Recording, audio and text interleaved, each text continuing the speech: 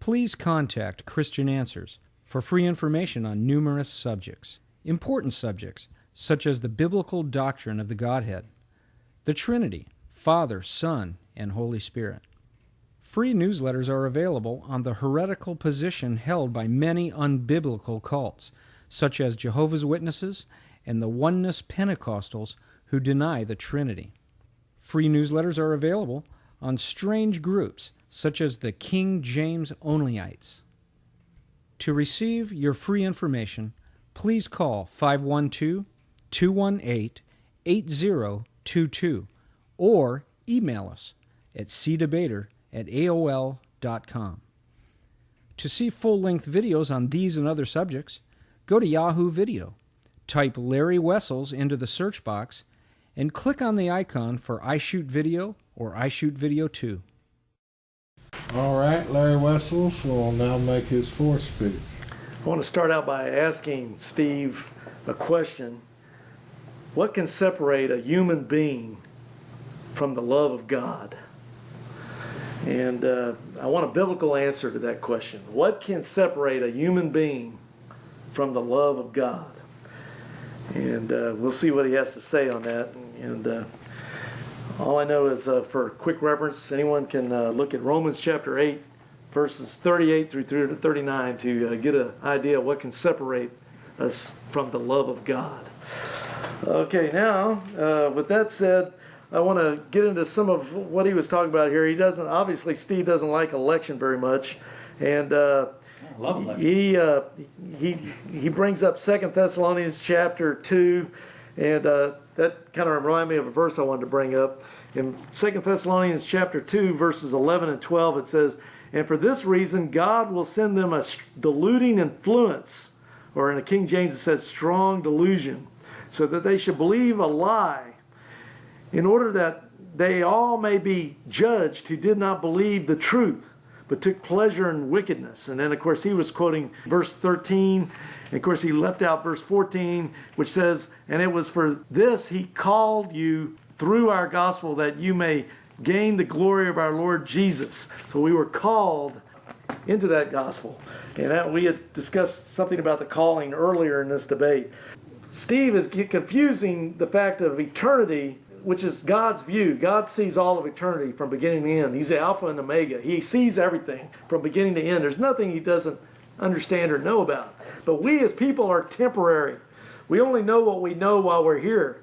And what Steve keeps doing is confusing these two issues, the eternity of God with what we as people can understand in our temporal state, our mortal state. So all that stuff he was talking about is really irrelevant to what we're talking about here. What I'd like to mention right now is something called Antinomy. That's a doctrine that basically says irreconcilability of seemingly necessary inferences or conclusions or a paradox. What he doesn't seem to understand that there's a free offer made in the gospel for salvation. And the free offer is something like Matthew 11:28, "Come unto me, all ye that labor and are heavy laden, and I will give you rest." Isaiah 55:6, "Seek ye the Lord while he may be found, call ye upon him while he is near." Revelation 22:17b, "Whosoever will, let him take the water of life freely."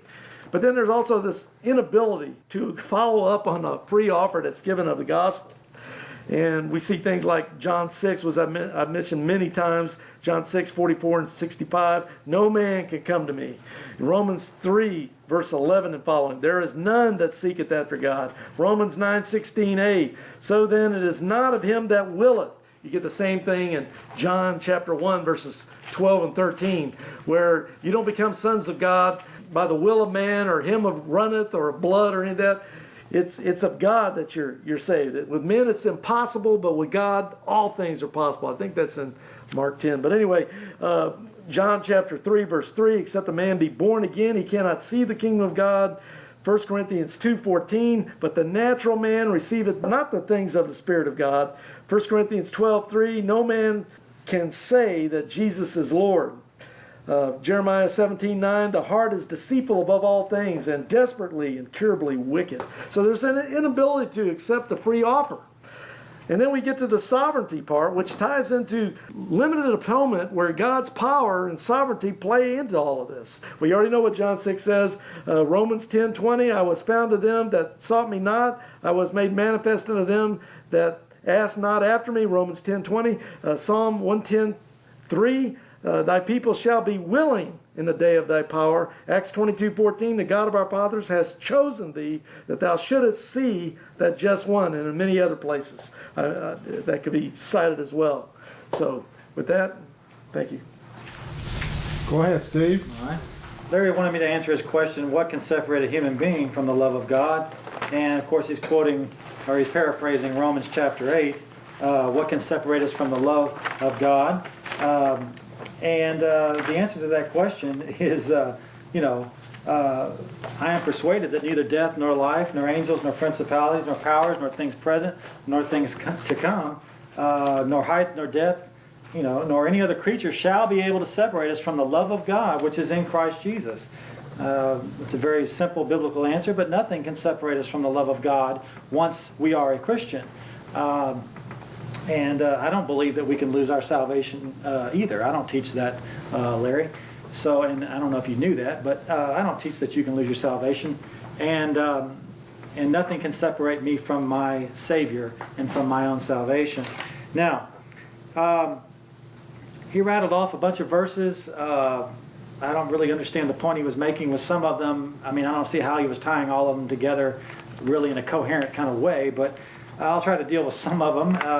And for instance, Matthew 11:28, he says, he quotes Matthew 11:28, which says, "Come unto me," Jesus is speaking and says, "Come unto me, all ye that labor and are heavy laden, and I will give you rest." In fact, I use this in one of my videos on my website. As a Calvinist, I wouldn't want to quote that verse to people because Jesus is telling all the people to come unto him, and he will give them rest. Well, now, a Calvinist really doesn't believe that all people can come to Jesus. But Jesus is saying, "Come unto me all ye that labor and are heavy laden." Now, does that just mean that the elect are laboring? No. I can go down the street, next door, across the city, around the world. Everybody is laboring. And Jesus said, "All ye that labor and are heavy laden." Now, Larry, is it just the elect that are heavy laden? Is it just the elect that are laboring? No. Jesus said, "Come unto me, all ye that labor and are heavy laden, and I will give you rest." Not, "I will give some of you rest." Not, "I will give just the elect rest." That's what Jesus should have said if Jesus was a Calvinist, okay? But Jesus is not a Calvinist, and he doesn't say things like, "I will give some of you rest," which is what he should have said if that's what he was teaching, if he was teaching Larry's doctrine that he only gives some people rest because he's only chosen some people.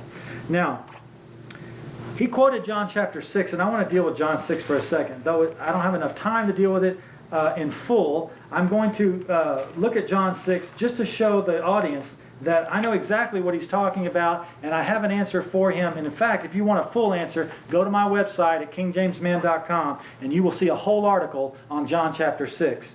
Well, he uses John chapter 6 to say that no man can come unto God unless God draws him. And no man can believe on God unless God makes him believe. But Jesus said in John chapter 6, verse 64, he says, "There are some of you that believe not, but there are some of you that believe not." And Jesus said in John 65, in the very next verse, "Therefore said I unto you that no man can come unto me, except it were given unto him of my Father." He used that word "therefore," Larry, and "therefore" shows the reason why people could not come unto him. Let me look at it again. Let me repeat it. "Therefore said I unto you," the reason that I said unto you that no man can come unto me except it were given to him of my Father, the answer to that, the reason, was given in the verse above it.